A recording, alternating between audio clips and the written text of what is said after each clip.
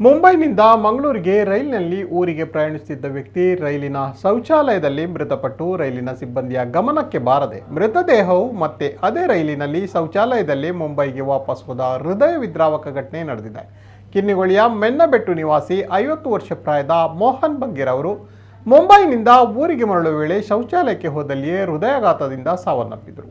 ಮುಂಬೈನಿಂದ ಮೋಹನ್ ಬಂಗೇರ್ ಅವರು ಏಪ್ರಿಲ್ 18ರಂದು Mumbai CST Mangaluru junction ರೈಲಿನ B3 ಕೋಚ್ನಲ್ಲಿ ಪ್ರಯಾಣ ಆರಂಭಿಸಿತು. ಅವರನ್ನು ಕರೆದೊಯ್ಯಲು ಸೋದರ ಹಾಗೂ ಇತರರು ಸುರತ್ಕಲ್ನಲ್ಲಿ ಕಾಯುತ್ತಿದ್ದರು. ಆಗ ಮೋಹನ್ ಬಂಗೇರ್ ಅವರು ರೈಲಿನಲ್ಲೇ ನಾಪತ್ತೆಯಾದ ವಿಚಾರ ಅವರಿಗೆ ರೈಲಿನ TTE ಮೂಲಕ ಫೋನ್ನಲ್ಲಿ ಲಭಿಸಿತು. ಅವರ ಬ್ಯಾಗ್, ಪರ್ಸ್ ಮತ್ತು ಮೊಬೈಲ್ ಕುಳಿತಿದ್ದ ಜಾಗದಲ್ಲೇ ಇತ್ತು. TTE ಬಳಿ ಈ ಕುರಿತು ಮಾತನಾಡಿದಾಗ ಅವರು ಮೋಹನ್ ಬಂಗೇರರು ಕಂಕಾವಲಿ ಅಥವಾ ಮಡಗಾವ್ನಲ್ಲಿ ಇಳಿದು ಹೋದಂತಿದೆ, ಅಲ್ಲಿಯ CCTV ಫುಟೇಜ್ ನೋಡಿದರೆ ಗೊತ್ತಾಗಬಹುದು ಎಂದಿದ್ರು. ಬಳಿಕ ಮೋಹನ್ ಕುಟುಂಬದವರು ಮಂಗಳೂರು ಜಂಕ್ಷನ್ಗೆ ತೆರಳಿ ಅಲ್ಲಿನ ಅಧಿಕಾರಿಗಳ ಸಲಹೆಯಂತೆ ರೈಲ್ವೆ ಪೊಲೀಸ್ ಠಾಣೆಯಲ್ಲಿ ನಾಪತ್ತೆ ದೂರನ್ನು ದಾಖಲಿಸಿದ್ದಾರೆ.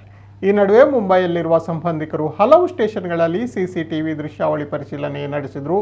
ಎಲ್ಲೂ ಪತ್ತೆಯಾಗಿರಲಿಲ್ಲ. ಮರುದಿನ ಮೋಹನ್ ಅವರ ಅಣ್ಣ ರಾಮ ಬಂಗೇರ್ ಅವರಿಗೆ ಮುಂಬೈಯಿಂದ CST ಸ್ಟೇಷನ್ನಿಂದ TTE ಕರೆ ಮಾಡಿದ್ದು ಮೃತದೇಹ ರೈಲಿನ ಟಾಯ್ಲೆಟ್ನಲ್ಲಿ ಪತ್ತೆಯಾಗಿರುವುದನ್ನು ತಿಳಿಸಿದ್ದಾರೆ.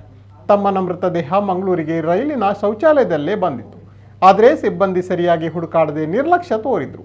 ಒಂದು ವೇಳೆ ಅವರು ಜೀವಂತವಿದ್ದ ಸಣ್ಣ ಅವಕಾಶವಿದ್ದರೂ ಇಲ್ಲಿ ಬದುಕಿಸಬಹುದಿತ್ತು. ಆದರೆ ಟಾಯ್ಲೆಟ್ ತಪಾಸಣೆ ಮಾಡದೆ ಹೋದ ಕಾರಣ ಮೃತ ಶರೀರ ಹಾಗೆ ರೈಲಿನಲ್ಲಿ ಮುಂಬೈಗೆ ಮರಳಿಸಿದೆ ಎಂದು ರಾಮ ಬಂಗೇರ ತಿಳಿಸಿದ್ದಾರೆ. ಮೋಹನ್ ಬಂಗೇರ ಪ್ರಯಾಣಿಸುತ್ತಿದ್ದ ಬೋಗಿಯ ಶೌಚಾಲಯ ಸಹಿತ ತಪಾಸಣೆ ಮಾಡಬೇಕಾಗಿದ್ದ ರೈಲು ಸಿಬ್ಬಂದಿ ಕರ್ತವ್ಯ ಲೋಪ ಎಸಗಿದ್ದಲ್ಲದೆ ತಾವು ತಪಾಸಣೆ ಮಾಡಿದ್ದಾಗಿ ವರದಿ ಕೂಡ ಕೊಟ್ಟಿರುವುದು ನೋವು ತಂದಿದೆ ಎಂದಿದ್ದಾರೆ.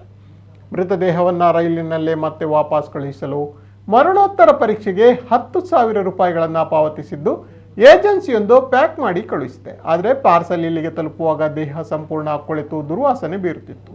AC ಬೋಗಿಯಲ್ಲಿ ಪ್ರಯಾಣಿಸುವವರಿಗೆ ಇಂತಹ ಸ್ಥಿತಿ ಆದರೆ ಹೇಗೆ? ಇಂತಹ ಸ್ಥಿತಿ ಯಾರಿಗೂ ಬಾರದಿರಲಿ. ರೈಲು ಸಿಬ್ಬಂದಿ ಇಷ್ಟು ನಿರ್ಲಕ್ಷ್ಯ ವಹಿಸಿದ್ರಿಂದ ಹೀಗಾಗಿದೆ. ಇದಕ್ಕಾಗಿ ಪರಿಹಾರಕ್ಕೂ ಆಗ್ರಹಿಸಿ ದೂರನ್ನು ಸಲ್ಲಿಸಿದ್ದೇವೆಂದು ಕುಟುಂಬಸ್ಥರು ತಿಳಿಸಿದ್ದಾರೆ.